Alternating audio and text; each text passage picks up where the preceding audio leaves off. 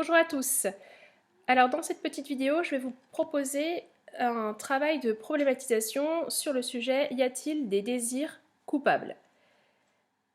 Dans les vidéos suivantes, je développerai les différentes parties qui nous permettraient de répondre à cette question, mais je préfère segmenter mon propos pour que le son et l'image ne se décalent pas progressivement.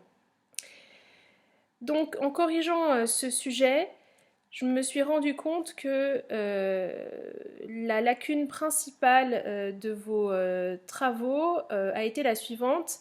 Vous avez eu du mal à définir précisément le concept de culpabilité, donc le concept B ici, et à vous poser les bonnes questions qui font sortir les problèmes, qui font surgir les problèmes les plus essentiels.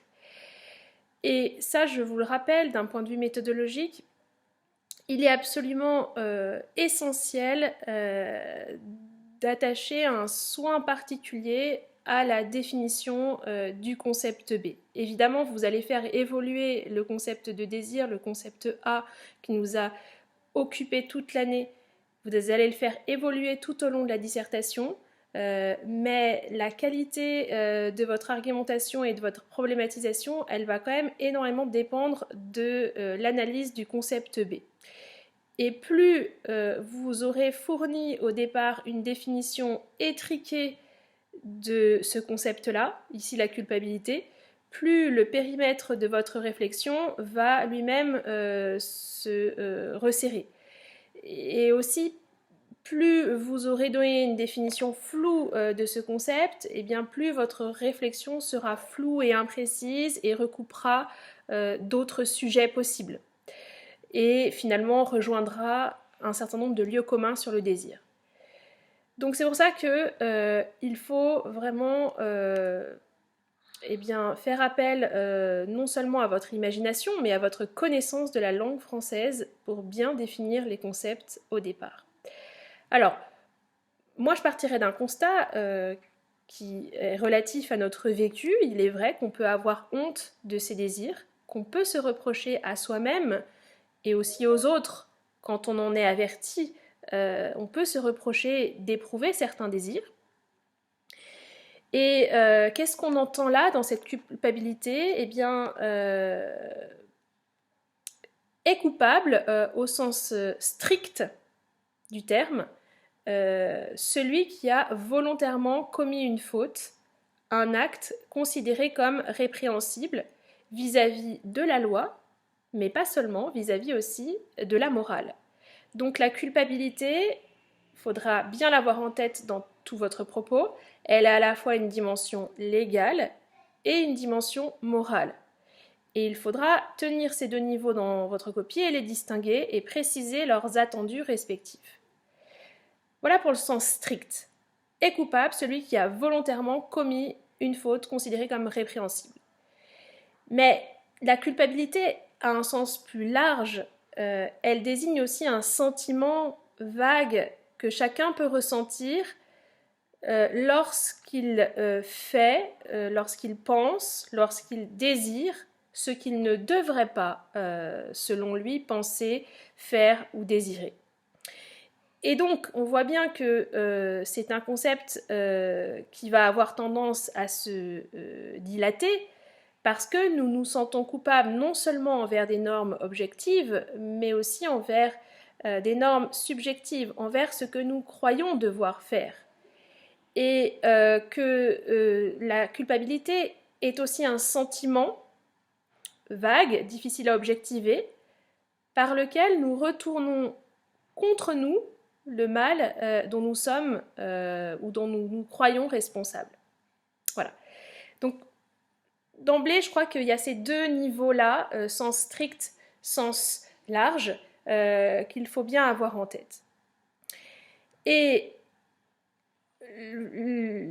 l'énoncé vous demande d'appliquer ce concept de culpabilité au désir. Y a-t-il des désirs coupables ? Et effectivement, rapprocher ces deux concepts est problématique. C'est problématique, je dirais, à deux titres. Premièrement, parce que si on revient à la définition stricte de la culpabilité, on voit que la culpabilité suppose la liberté. Ne peut être déclaré coupable que celui qui a intentionnellement et volontairement commis une infraction. Or, si le désir est un attrait que l'on subit de la part de l'objet, premier sens du désir, mais s'il est aussi une puissance sauvage qui nous investit à notre insu, comment peut-on le déclarer coupable? Nos désirs ne sont jamais totalement nos désirs. Et donc, si je ne choisis pas mes désirs, comment puis-je en être déclaré et reconnu coupable? N'est-il pas injuste de culpabiliser celui qui se voit envahi par des désirs qu'il subit? Voilà. Et en même temps, et c'est la difficulté de ce premier problème, en même temps, on voit qu'on ne peut pas totalement, vis-à-vis de nos désirs, jouer les innocents. On ne peut pas totalement se désolidariser des désirs qui nous habitent. Et dire, par exemple, comme dans la passion, c'est plus fort que moi. Ou comme dans la pulsion, dire ce n'est pas moi, ce sont mes pulsions. Donc, je crois que la première question que pose ce sujet, y a-t-il des désirs coupables, si on analyse le concept de culpabilité, eh bien, c'est la suivante. Dans quelle mesure suis-je responsable et donc coupable de mes désirs? Un désir ne peut être déclaré coupable que s'il porte la marque, le chiffre de ma volonté. Donc, dans quelle mesure peut-on m'imputer finalement mes propres désirs? Et précisons la question, même si je ne produis pas totalement mes désirs, ce qui semble difficile à argumenter philosophiquement, de quoi suis-je responsable dans le désir? De quoi suis-je responsable? Dans quelle mesure je ne me rends pas moi-même coupable de mes désirs? Je ne les produis peut-être pas, mais j'ai une part de responsabilité qui correspond à la part de liberté qui existe dans le désir et qui fait que je me rends coupable de mon désir. Donc je crois que ça sera la première difficulté. Il faudra se demander quelle est cette part de responsabilité. Voilà. Qui fait qu'on peut dire qu'il y a des désirs coupables. Sur quelle base, si vous voulez, philosophique, peut-on dire qu'il y a des désirs coupables? C'est parce que je collabore d'une certaine manière à mes désirs. Voilà. Donc ça, c'est le premier problème. Et souvent, dans les copies, il a été assez bien vu. Mais la difficulté, c'est que, du coup, vous avez réduit toute la copie à la question du rapport entre le désir et la responsabilité, entre le désir et la liberté. Je crois que c'est qu'une partie du problème.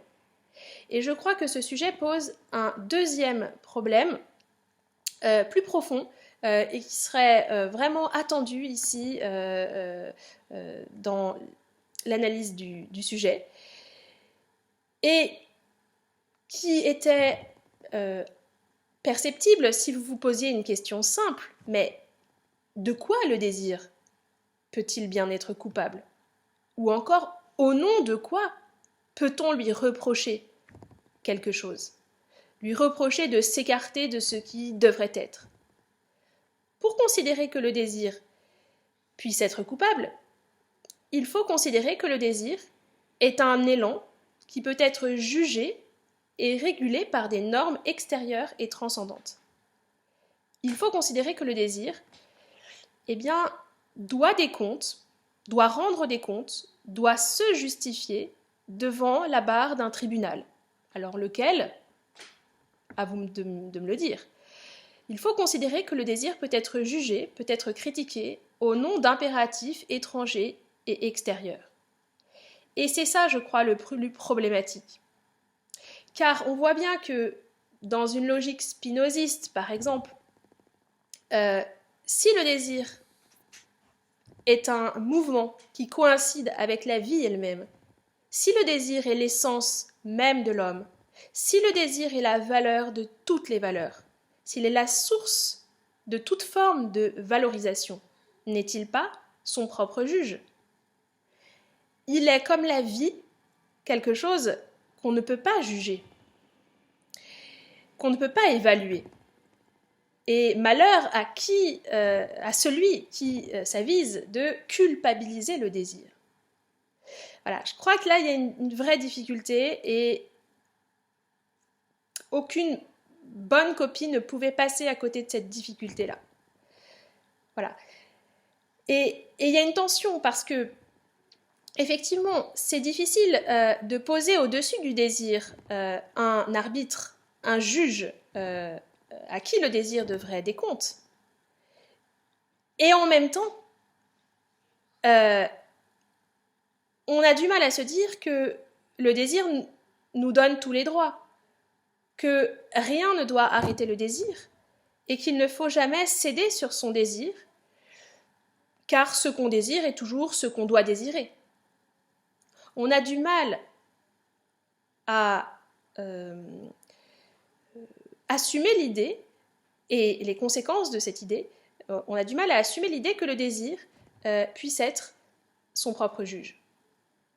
Voilà. Et je pense que cette deuxième difficulté, et la première difficulté concerne la responsabilité, la liberté et la culpabilité, donc, et cette deuxième difficulté concerne la question de la légitimité du référentiel à partir duquel on pourrait juger le désir.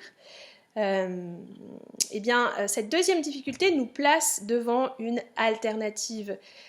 Soit le désir est une force perturbatrice, en partie involontaire, mais avec laquelle nous collaborons, peut désorganiser la vie sociale comme l'existence individuelle, et qu'il faut réguler de l'extérieur, au nom d'un certain nombre. Soit le désir n'est pas une force étrangère, perturbatrice, voyez, un peu extérieure, soit le désir est une force vitale, immanente à la vie elle-même, et dans ce cas-là, il est son propre juge. Et on pourrait même retourner le sujet, peu l'ont fait. C'est à lui que nous devons des comptes. C'est devant lui que nous pouvons même nous sentir coupables. C'est pas lui qui nous doit des comptes, mais c'est nous qui lui devons des comptes. Voilà. Et clairement, il y a des philosophies qu'on a croisées cette année qui vont dans ce sens-là. Voilà. Donc, à partir, voyez, de ces quelques de ces quelques réflexions, de ces quelques analyses, je vous propose de réfléchir. Là, prenez une heure ce soir ou demain, et de vous demander, tiens, qu'est-ce que Freud, qu'est-ce que Hobbes, qu'est-ce que Platon répondrait à cette question? Dans quel type de configuration il se situerait? Qu'est-ce que Spinoza, qu'est-ce que Sade, qu'est-ce que Lacan formulerait comme réponse? Qu'est-ce que Lévinas formulerait? Essayez de repenser votre dissertation à partir de ce que je vous ai dit, pour ceux qui l'ont moyennement réussi. Voilà. Et pour voir, avant que je vous propose le corriger, ce que vous pourriez faire seul.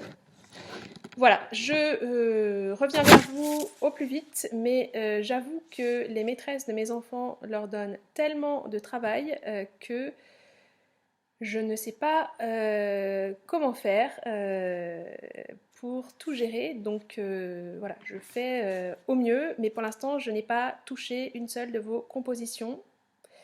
Donc bon, il va falloir que je trouve une solution. Allez, je vous salue tous et vous souhaite bon travail.